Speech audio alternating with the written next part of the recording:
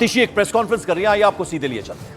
Media के साथियों से देश भर के लोगों को यह बताना चाहती हूं कि भारतीय जनता पार्टी ने मेरे एक बहुत व्यक्तिगत करीबी व्यक्ति के माध्यम से मुझे भारतीय जनता पार्टी ज्वाइन करने के लिए अप्रोच किया। मुझे ये कहा गया कि या तो मैं भारतीय जनता पार्टी ज्वाइन कर लूं, अपना पॉलिटिकल करियर बचा लूं, अपना पॉलिटिकल करियर बढ़ा लूं, और अगर भारतीय जनता पार्टी नहीं ज्वाइन करी तो आने वाले 1 महीने में ईडी द्वारा मुझे गिरफ्तार कर लिया जाएगा। ये एक मेरे बहुत करीबी व्यक्ति के माध्यम से मुझे बताया गया। उन्होंने कहा कि प्रधानमंत्री नरेंद्र मोदी जी और भारतीय जनता पार्टी ने अपना मन बना लिया है कि आम आदमी पार्टी को और उसके सभी नेताओं को अब वो कुचलना चाहते हैं, खत्म करना चाहते हैं। पहले उन्होंने आम आदमी पार्टी के सारे शीर्ष नेतृत्व को अरेस्ट करके जेल में डाल दिया। पहले सत्येंद्र जैन जी की गिरफ्तारी हुई, फिर मनीष सिसोदिया जी की गिरफ्तारी हुई, फिर संजय सिंह जी की गिरफ्तारी हुई, और अब दिल्ली के मुख्यमंत्री अरविंद केजरीवाल जी को भी गिरफ्तार कर लिया गया है। अब भारतीय जनता पार्टी का ये इरादा है कि आने वाले 2 महीने में लोकसभा चुनाव से पहले वो आम आदमी पार्टी के 4 और नेताओं को गिरफ्तार करने वाले हैं।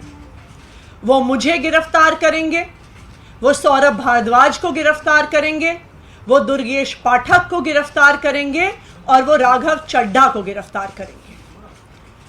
भारतीय जनता पार्टी ने ये उम्मीद करी थी कि अरविंद केजरीवाल जी की गिरफ्तारी के बाद आम आदमी पार्टी बिखर जाएगी, आम आदमी पार्टी टूट जाएगी, आम आदमी पार्टी का मोरल डाउन हो जाएगा, क्योंकि आम आदमी पार्टी का अब सारी सीनियर लीडरशिप जेल में है, हिरासत में है। लेकिन संडे की रामलीला मैदान की रैली के बाद, जहां पे दिल्ली भर और देश भर से लाखों लोग आए, पिछले 10 दिन से आम आदमी पार्टी के सड़क पर चल रहे संघर्ष के बाद अब भारतीय जनता पार्टी को लगता है कि आम आदमी पार्टी के टॉप 4 लीडर्स को गिरफ्तार करना काफी नहीं था। अब आने वाले समय में अगले बड़े 4 नेताओं को जेल में डाला जाएगा।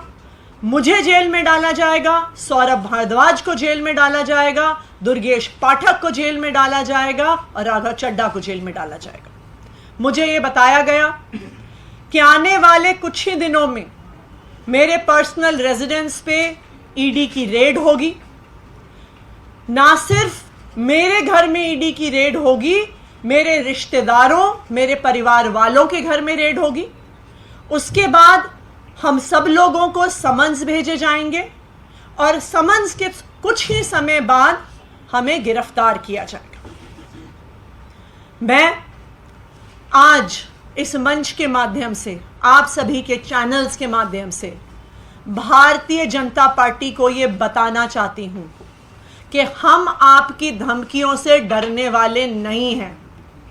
हम अरविंद केजरीवाल के सिपाही हैं, हम भगत सिंह के चेले हैं। जब तक आम आदमी पार्टी के हर नेता, हर विधायक, हर कार्यकर्ता में आखिरी सांस तक बची है, तो हम अरविंद केजरीवाल जी के नेतृत्व में इस देश को बचाने के लिए, इस देश के संविधान को बचाने के लिए, इस देश के लोगों को एक बेहतर जिंदगी देने के लिए काम करते रहेंगे।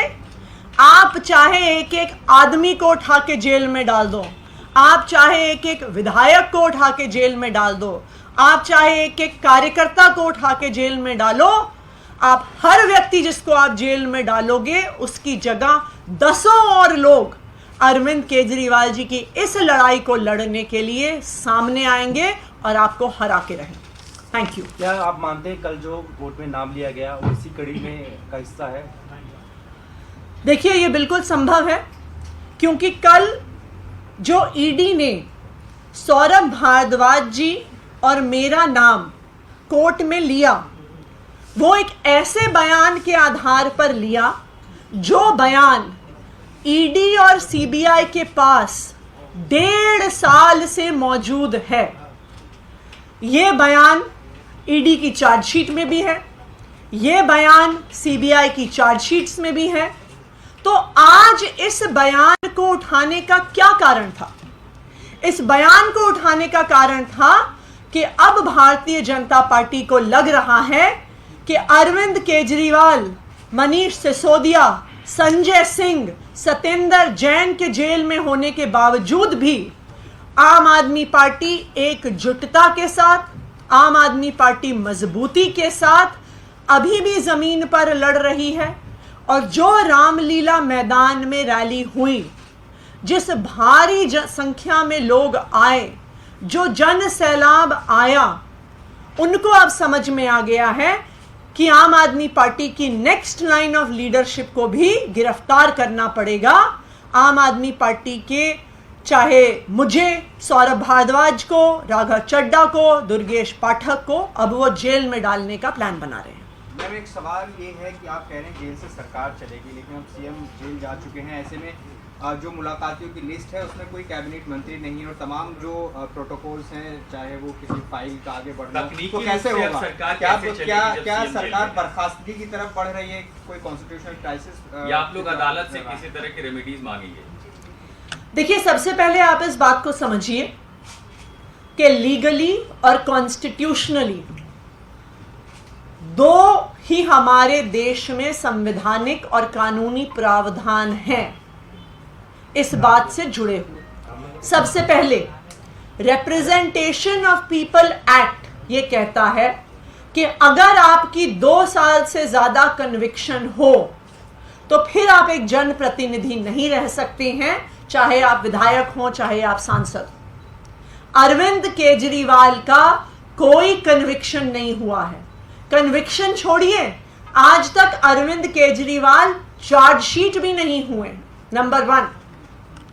दूसरी बात, इस देश का संवैधानिक प्रावधान ये कहता है कि कोई व्यक्ति चीफ मिनिस्टर नहीं रह सकता, उसे चीफ मिनिस्टर के पद से इस्तीफा देना होगा अगर वो अपने हाउस की मेजॉरिटी नहीं एंजॉय करता। Arvind Kejriwal enjoys the overwhelming majority of the Delhi Assembly। तो इसलिए अरविंद केजरीवाल के इस्तीफा देने का कोई भी कारण नहीं है। अगर आज अरविंद केजरीवाल इस्तीफा दे देते हैं तो ये भारतीय जनता पार्टी के लिए एक बहुत सीधी और सरल एक एसओपी तैयार कर देती है, एक स्टैंडर्ड ऑपरेटिंग प्रोसीजर तैयार कर देता है। जिस तरह उन्होंने पिछले 8-9 साल में ऑपरेशन लोटस को एक स्टैंडर्ड फॉर्मूला बना लिया है, ये तो उससे भी आसान है। ईडी के माध्यम से prevention of money laundering act में हर विपक्ष के मुख्यमंत्री के ऊपर केस कर दो, उसके बाद उसे गिरफ्तार कर दो और फिर कहो कि संवैधानिक संकट पैदा हो गया है, इस्तीफा दो वरना हम राष्ट्रपति शासन लगाएंगे। इससे आसान तरीका भारतीय जनता पार्टी के पास विपक्ष की सरकारें गिराने का क्या है? दिल्ली में भी अरविंद केजरीवाल की गिरफ्तारी का यही असली कारण है। कल अरविंद केजरीवाल जी को जुडिशियल कस्टडी में भेजा ईडी ने। उन्होंने कहा हमें जुडिशियल कस्टडी चाहिए। क्यों चाहिए आपको जुडिशियल कस्टडी? अरविंद केजरीवाल की गिरफ्तारी के समय ईडी ने कहा कि हम इन्हें गिरफ्तार कर रहे हैं क्योंकि हमें इनसे पूछताछ करनी है, क्योंकि हमने इतने समन्स भेजे और ये समन्स पर नहीं आए, तो हम पूछताछ करने के लिए इन्हें गिरफ्तार कर रहे हैं। अब 11 दिन की पूछताछ हो गई, आपने जो जानना था आपने जान लिया। अब आपको अरविंद केजरीवाल को जेल में क्यों भेजना है? इसलिए भेजना है क्योंकि इस गिरफ्तारी के 2 ही मकसद थे। इस गिरफ्तारी का पहला मकसद था अरविंद केजरीवाल को चुनाव के दौरान कैंपेन करने से रोकना, और दूसरा मकसद था कि दिल्ली की चुनी हुई सरकार, दिल्ली की चुनी हुई लोकप्रिय सरकार को गिरा देना, राष्ट्रपति शासन लगाना और फिर चोर दरवाजे से भारतीय जनता पार्टी की सरकार बनाना। Thank you. जो बड़े एक्सपोजे की बात कल अपने एक्सपोज के जरिए आतिशी ने की थी, वो बात उन्होंने आज कह दी। बड़ा बयान आतिशी ने दिया।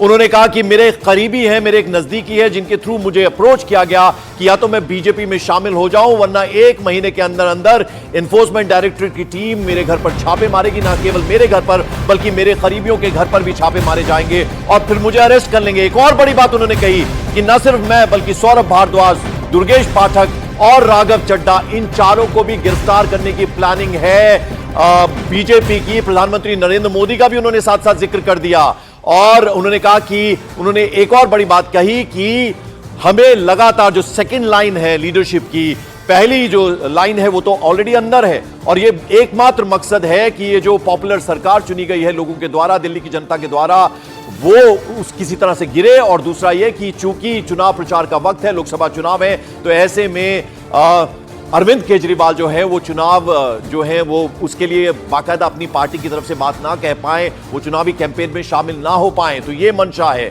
ये बात उन्होंने कही और साथ ही साथ कहा कि बाकायदा उन्हें ऑफर एक तरह से आ रहा है, उन्हें अप्रोच किया जा रहा है कि वो या तो बीजेपी में शामिल हो जाएं या फिर उनके घर पर छापे पड़ेंगे ईडी के और फिर उन्हें अरेस्ट कर लिया जाएगा। न सिर्फ उन्हें अरेस्ट किया जाएगा बल्कि उनके अलावा दूसरे मंत्री सौरभ भारद्वाज और साथ ही साथ दुर्गेश पाठक और राघव चड्ढा, इन सबको अरेस्ट किया जाएगा।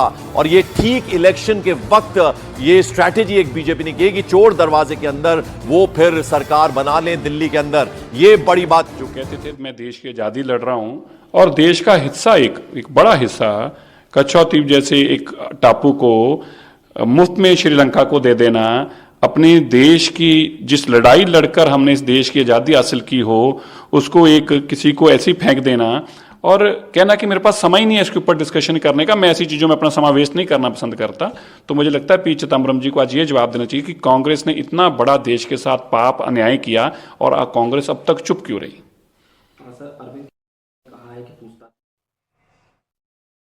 जी ने अभी प्रेस कॉन्फ्रेंस करके वही पुराना राग अलापा कि मुझे बताया गया है, मुझे कहा गया है, मेरे एक पहचान वाले आदमी ने कहा, तुम नाम बता दीजिए। पर ऐसा क्यों हो रहा है? क्योंकि जब अरविंद केजरीवाल जी ने ईडी को इन लोगों के नाम दे दिए, अब इनको समझ में आ गया कि अगली बारी इनकी आएगी, क्योंकि अरविंद केजरीवाल जी ने इनको फंसा दिया।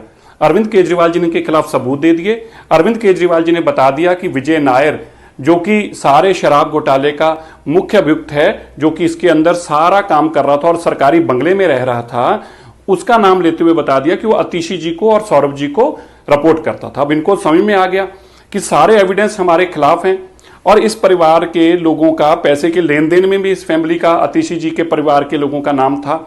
भारद्वाज जी का नाम अरविंद जी ने दे दिया।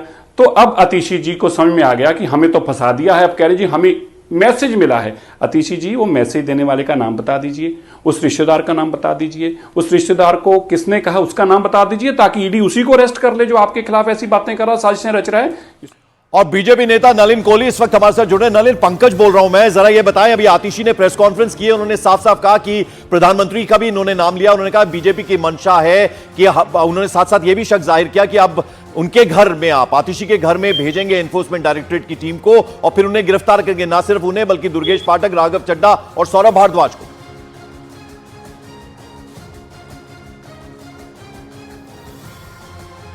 नलिन, मेरी आवाज मिल रही है आपको?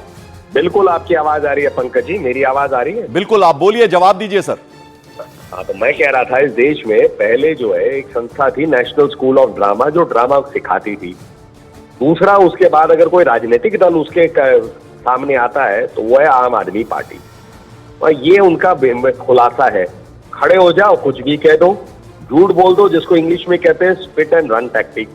प्रधानमंत्री नरेंद्र मोदी जी का नाम ले लीजिए ताकि फिर मीडिया में आप प्रासंगिक हो जाए, फिर कह दीजिए एनफोर्समेंट डायरेक्टरेट हमारे घर आने वाला, ये खुलासा है। अरे कल की न्यूज रिपोर्ट है जिसमें इनके नेता, इनके स्वामी जो है, राजनीतिक स्वामी, आम आदमी पार्टी के मुखिया अरविंद केजरीवाल जी मुख्यमंत्री तो शायद ये बताया कि मुझसे तो कोई मिलता नहीं था, तो आतिशी जी से मिलता था, सौरभ जी से मिलता था, कई और नाम लिए होंगे। भाई उन्होंने अगर ये बताया है, मनीष जी ने अगर ये बताया, किसी और ने बताया, तो इन्फोर्समेंट डायरेक्टरेट जांच कर रही है घोटाले पे। हो सकता है आ सकती है, हो सकता है वो ना आए, ये तो इन्फोर्समेंट डायरेक्टरेट बताएगा। लेकिन सीधा प्रधानमंत्री जी भारतीय जनता पार्टी पे कर लीजिए, क्योंकि प्रासंगिक बात एक ही है, आम आदमी पार्टी के पास कोई जवाब नहीं।